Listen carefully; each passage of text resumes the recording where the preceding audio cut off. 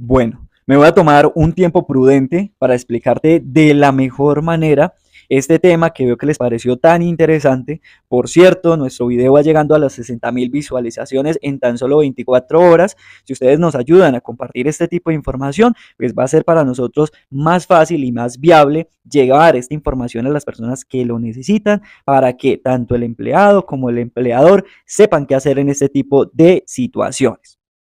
Aunque un fallo de la Corte Constitucional afirmó que los empleados podían ingerir sustancias siempre y cuando no interfirieran en sus labores, las compañías deben tener en cuenta el consumo como una política empresarial. Mediante la sentencia C-636, la Corte Constitucional tumbó el artículo del Código del Trabajo que prohibía presentarse al trabajo en estado de embriaguez o bajo la influencia de narcóticos o drogas enervantes. Esto luego de que dos estudiantes de la Universidad Uniciencias de Bucaramanga demandaron el numeral 2 del artículo, debido a que la restricción de laborar bajo el efecto de sustancias enervantes vulneraba los derechos de los adictos. Para la Corte, asistir al trabajo bajo el efecto de sustancias psicoactivas no puede ser punible, ya que esto impide que los derechos a la intimidad y el desarrollo de la libre personalidad se lleven a cabo. Así que un trabajador puede llegar a su puesto drogado o borracho sin que eso configure una justa causa de despido o de sanciones disciplinarias, siempre y cuando sus funciones o actividades laborales no se vean afectadas.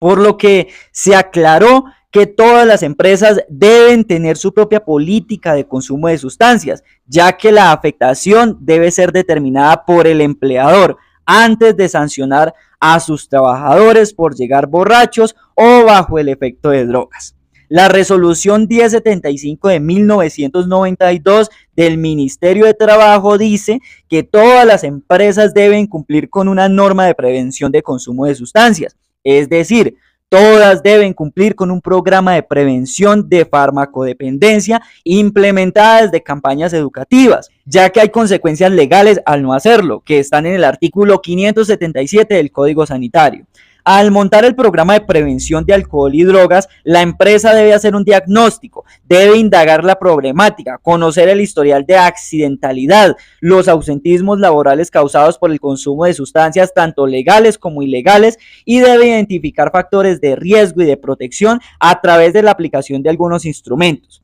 Una vez se tienen los resultados, esta debe aplicar el programa de prevención, que puede ser uno universal, generalizado para toda la empresa, o uno de prevención selectiva, el cual se aplica a los trabajadores que presentan factores de riesgo, y todo esto se hace mediante el diagnóstico exhaustivo.